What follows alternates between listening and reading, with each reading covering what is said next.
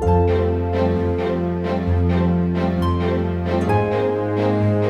my dears, and welcome back to my corner of the internet. Tonight we are going to be reading some more chapters from Pride and Prejudice. If you're new to my channel or this series, I've got a whole playlist from chapter 1 to chapter 37 if you want to go get caught up. Otherwise, you can just sit and enjoy the story. Chapter 38. On Saturday morning, Elizabeth and Mr. Collins met for breakfast a few minutes before the others appeared, and he took the opportunity of paying the parting civilities which he deemed indispensably necessary. "I know not, Miss Elizabeth," said he, "whether Mrs. Collins has yet expressed her sense of your kindness in coming to us, but I'm very certain you will not leave the house without receiving her thanks for it. The favor of your company has been much felt, I assure you. We know how little there is to tempt anyone to our humble abode. Our plain manner of living, our small rooms and few domestics, and the little we see of the world must make Hunsford extremely dull to a young lady like yourself. But I hope you'll believe us grateful for the condescension, and that we have done everything in our power to prevent your spending your time unpleasantly." Elizabeth was eager with her thanks and assurances of happiness. She had spent 6 weeks with great enjoyment and the pleasure of being with Charlotte, and the kind attention she had received must make her feel the obligated. Mr. Collins was gratified, and with a more smiling solemnity replied, "It gives me great pleasure to hear that you have passed your time not disagreeably. We have certainly done our best, and most fortunately having in our power to introduce you to very superior society, and from our connection with Rosings, the frequent means of varying the humble home scene, I think we may flatter ourselves that your Hunsford visit cannot have been entirely irksome. Our situation with regard to Lady Catherine's family is indeed the sort of extraordinary advantage and blessing which few can boast. You see on what a footing we are. You see how continually we are engaged there. In truth, I must acknowledge that with all the disadvantages of this humble parsonage, I should not think anyone abiding in it an object of compassion, while they are sharers of our intimacy at Rosings." Words were insufficient for the elevation of his feelings, and he was obligated to walk about the room while Elizabeth tried to unite civility and truth in a few short sentences. "You may in fact carry a very favorable report of us into Hertfordshire, my dear cousin." Hertfordshire? Sorry guys, I say that wrong every time. You're just gonna have to forgive me. I cannot get it.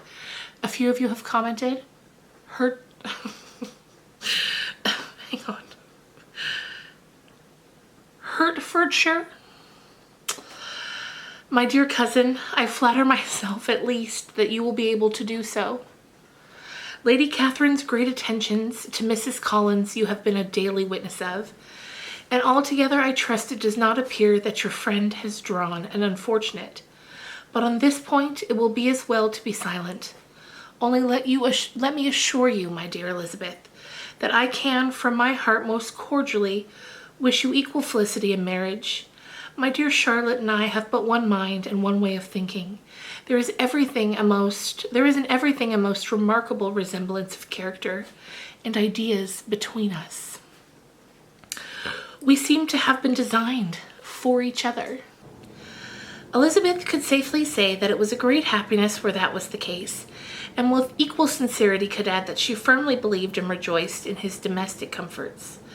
She was not so sorry, however, to have the recital of them interrupted by the lady from whom they sprang. Poor Charlotte! It was melancholy to leave her to such society, but she had chosen it with her eyes open, and though evidently regretting that her visitors were to go, she did not seem to ask for compassion.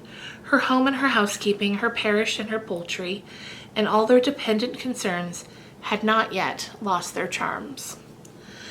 At length the chaise arrived, the trunks were fastened on, the parcels placed within, and it was pronounced to be ready. After an affectionate parting between the friends, Elizabeth was attended to the carriage by Mr. Collins, and as they walked down the garden he was commissioning her with his best respects to all her family, not forgetting his thanks for the kindness he had received at Longbourn in the winter, and his compliments to Mr. and Mrs. Gardiner, though unknown. He then handed her in, Maria followed, and the door was on the point of being closed, when he suddenly reminded them with some consternation that they had hitherto forgotten to leave any message for the ladies at Rosings. But, he added, you will of course wish to have your humble respects delivered to them, with your grateful thanks for their kindness to you while you've been there. Elizabeth made no objection. The door was then allowed to be shut, and the carriage drove off. Good gracious, cried Maria, after a few minutes' silence. It seems but a day or two since we first came, and yet how many things have happened.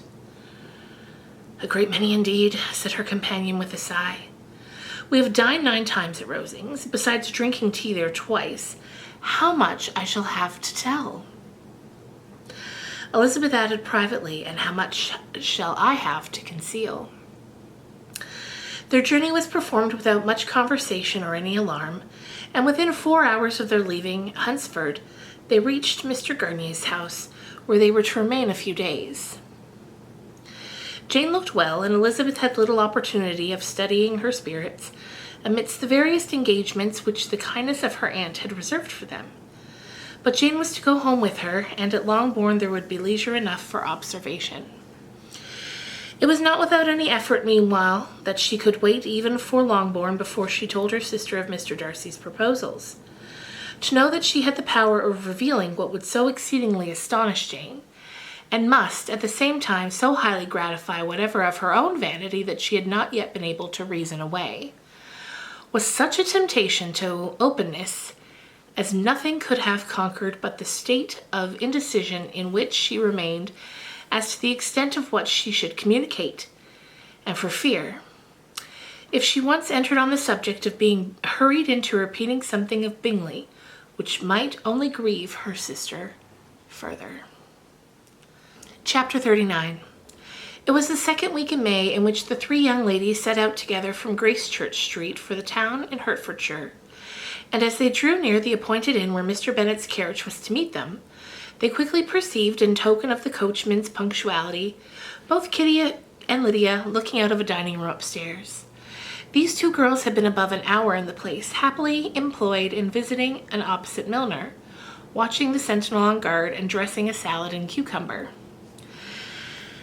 After welcoming their sisters, they triumphantly displayed a table set out with such cold meat as an inn larder usually affords, exclaiming, "Is this not nice? Is not this an agreeable surprise?" "And we mean to treat you all," added Lydia, "but you must lend us the money, for we have spent ours at the shop out there." Then showing her purchases, "Look here, I have bought this bonnet. I do not think it's very pretty, but I thought I might as well buy it as not. I shall pull it to pieces as soon as I get home and see if I can make it up any better." And when her sisters abused it as ugly, she added with perfect unconcern, "Oh, but there were 2 or 3 much uglier in the shop, and when I have bought some prettier colored satin to trim it with fresh, I think it will be very tolerable. Besides, it will not much signify what one wears this summer after the Shire have left Meryton, and they are going in a fortnight." "Are they indeed?" cried Elizabeth with the greatest satisfaction. "They are going to be encamped near Brighton, and I do want Papa to take us all 3 there for the summer. It would be such a delicious scheme, and I dare say would hardly cost anything at all. Mamma would like to go too, of all things. Only think what a miserable summer else we shall have." "Yes," thought Elizabeth, "that would be a delightful scheme indeed, and completely due for us at once. Good heaven, Brighton, and a whole camp full of soldiers to us, who have been overset already by one poor regiment of militia, and the monthly balls of Meryton. Now, I've got some news for you," said Lydia, as they sat down at the table. "What do you think? It's excellent news, capital news, and about a certain person we all like." Jane and Elizabeth looked at each other, and the waiter was told he need not stay. Lydia laughed and said, "Aye, this is just like your formality and discretion. You thought the waiter must not hear, as if he cared. I dare say he often hears worse things than what I'm going to say. But he is an ugly fellow, and I'm glad he's gone.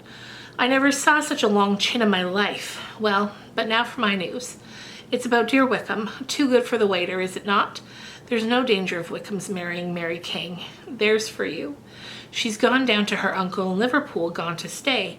Wickham is safe. And Mary King is safe, added Elizabeth, safe from a connection, imprudent as to fortune. She's a great fool for going away if she liked him.